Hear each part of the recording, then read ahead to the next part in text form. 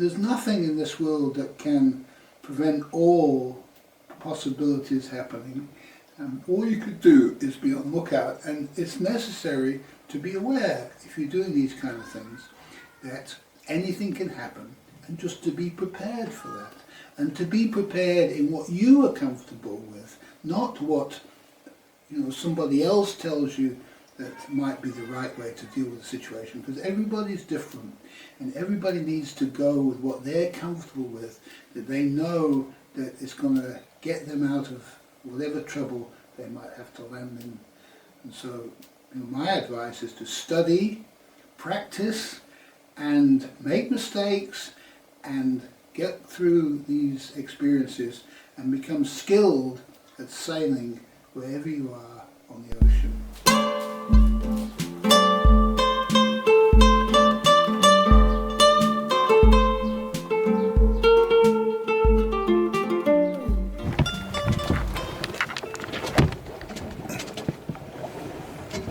You can see something there.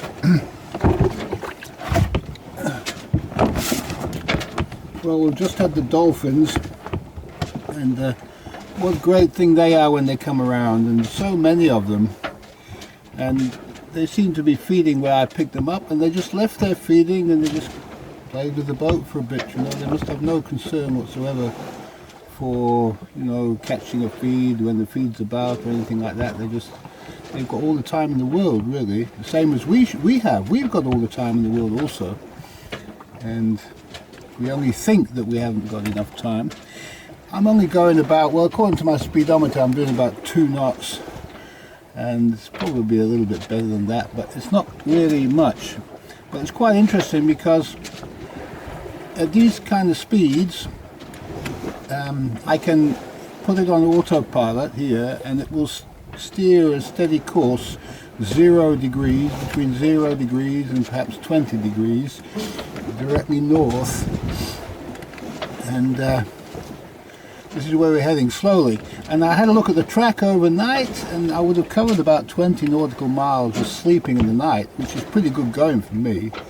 Normally I go in the opposite direction if the wind's blowing too hard. I don't know where I'm going, but so this was good to be able to go directly where I want to go, slowly, about 20 nautical miles. So at this rate you will cover the distance. It's quite a long way, it's hundreds and hundreds of miles, but in 24 hours we can do probably 50 to 60 perhaps at this rate, so we'll get there. And it's pleasant sailing. It's not strenuous, it's just gentle. There's hardly any swell at all, and light, little bit of a breeze. It's not too cold. The visibility is not very good. I hope that nobody runs into me, but I seem to be well off the shipping lanes at the moment. We've got to cross the Bristol Channel. We might be doing that in the night.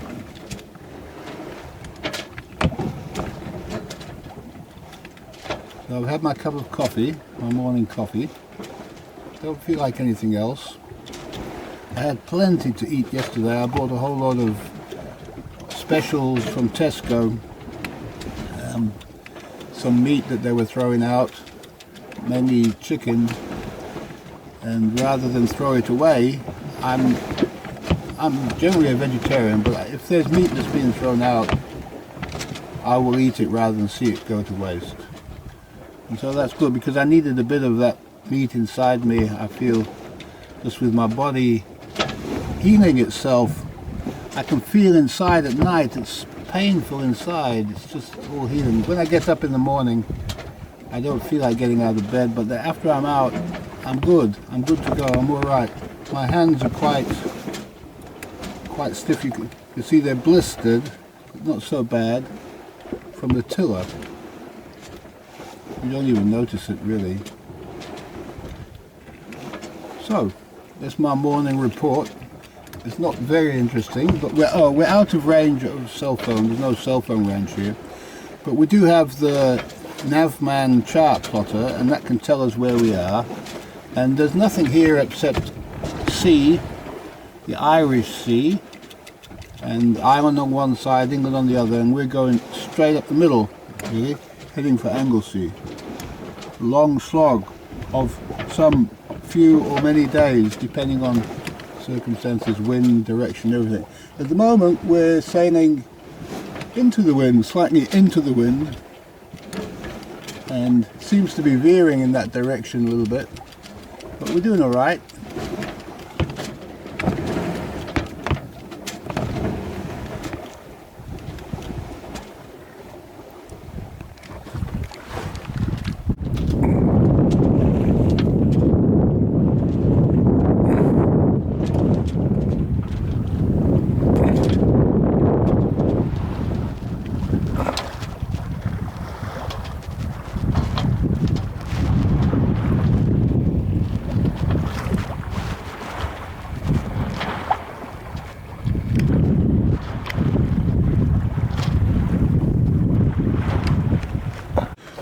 Well, in these conditions it doesn't really matter whether you're inside or out. The steering is going to stay pretty much dead on. You'll see I've got this rope coming into the cabin that's just tied to the tiller, so if it veers off a little bit I can just pull on that rope and pull it back onto course. And so what I'm going to do now is I'm going to make myself some nice fried bread in olive oil, and it's just gently enough to do a bit of cooking. I don't like cooking if it's rough, but whilst it's calm like this, I'm just going to fry up a bit of fried bread and cheese. This will be the morning breakfast.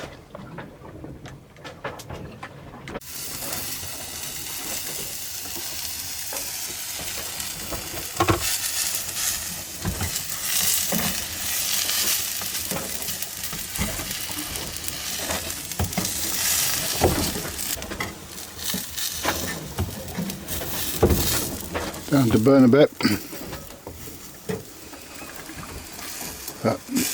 Yum. Get a bit of the old cheese on.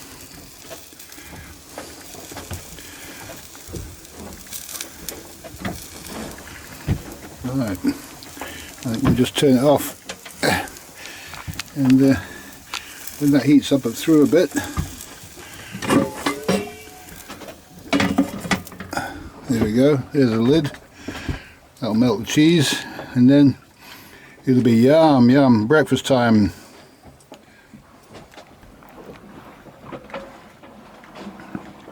Self-sailing. And then we got hot chocolate to finish it off with. Oh yum.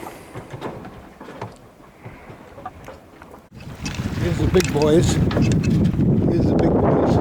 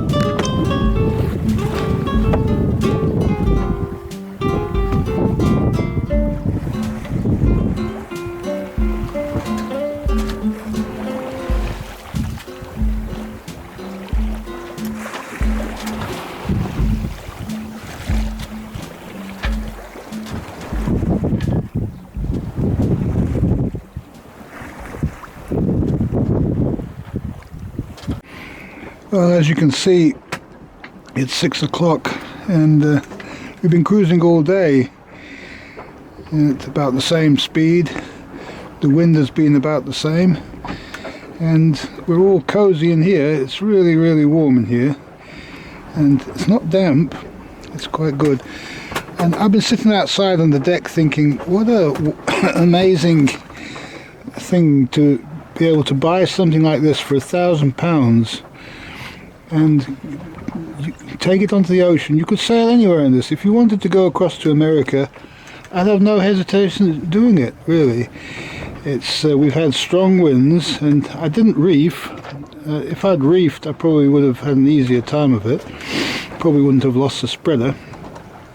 But with the ability to reef and to hove to, that would be a lot safer if it blew up very strong, or even to take the sail down completely. But if there was two of you, you could sail this no problem anywhere really. And everything's operational. The sink works, the tap works, the stove is good. I was always shied away from this kind of stove. I thought, oh, I'll be forever buying those gas bottles. Not so. Quite economical, and if you just don't turn the gas right up, just use it economically. It doesn't take much to boil just a little bit of water for a cup of coffee. And I just eaten some vegetarian burgers. I cooked up some vegetarian burgers. They were quite pleasant. And up front, I'm not using the front really. The bed is there if I want to go and lie down there somewhere more comfortable. But generally it's harder to get out of there. So I've got the computers and stuff in there so that they can't really fall around and damage themselves. They did fall onto the floor a few times when that wasn't in there. So I've left that in now. I've cleaned the water. That sometimes gets water in. And now that I've fixed the leak, I want to see if that still fills up with water. That might be coming in from somewhere else. If anywhere, it's probably the fish, the depth sounder, maybe leaking or something like that. I have my suspicions about that. But, yeah, so 6 o'clock. I've been sleeping most of the day, and it's very, very misty outside. You can hardly see anything. And if a ship comes close, it's not going to see me unless it sees me on its radar. I've got a radar reflector up there, especially hoisted up for safety reasons. But perhaps tonight I'm going to keep a watch, because we're about to cross the channel. I'll turn this on. I'm not running this all the time. If I turn that on and I turn this on, then what happens is you have to press enter here. It gets its satellites pretty quickly, and then it shows me where I am. So we can't see our boat. It's interesting. We need to come out a bit. Now we can see ourselves. Okay, so you can see we're heading north, straight for the gap there. And Anglesey is right at the top. Top right hand side is Anglesey there, right at the top. So I'll just come out to, actually I'll just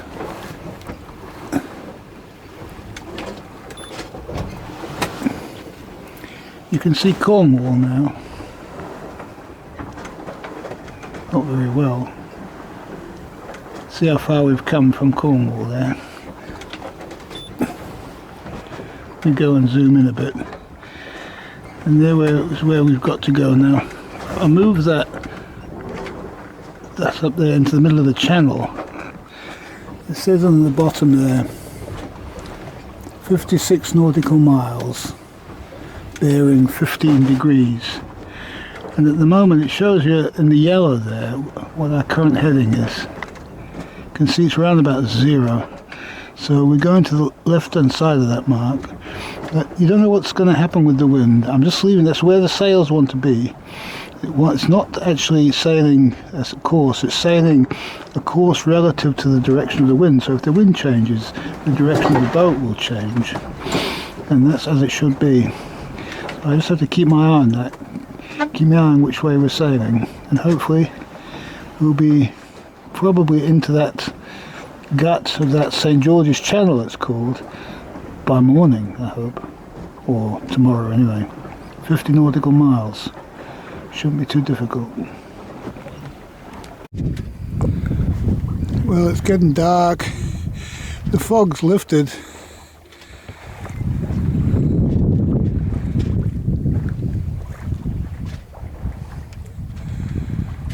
There's one ship with a very loud foghorn, and it's quite far away, I think.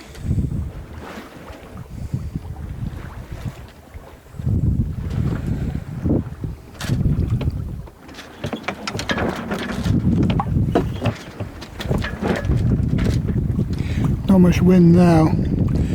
I've tied back the boom here so it doesn't come flying over so much, because when there's no wind it does that.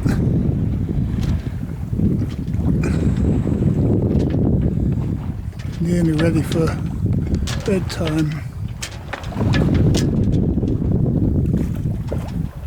I was going to stay up, but I very much doubt I'm going to be able to. There's nothing happening out here, no ships, nothing.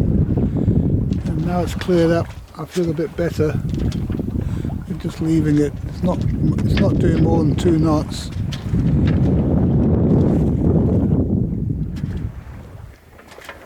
So nice and peaceful. It's really great to be on a calm sea. You can do a bit of cooking, make a few hot drinks. It's safer then, yeah. We had loads of dolphins today. It was really nice to be here with the dolphins. Beautiful.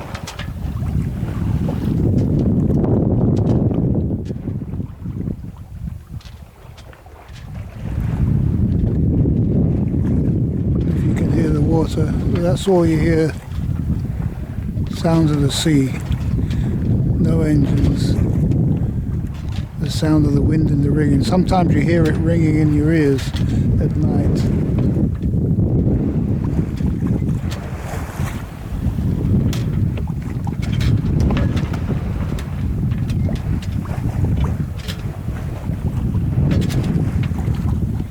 Well, it's another day and another day closer to Anglesey and the St. George's Channel tomorrow.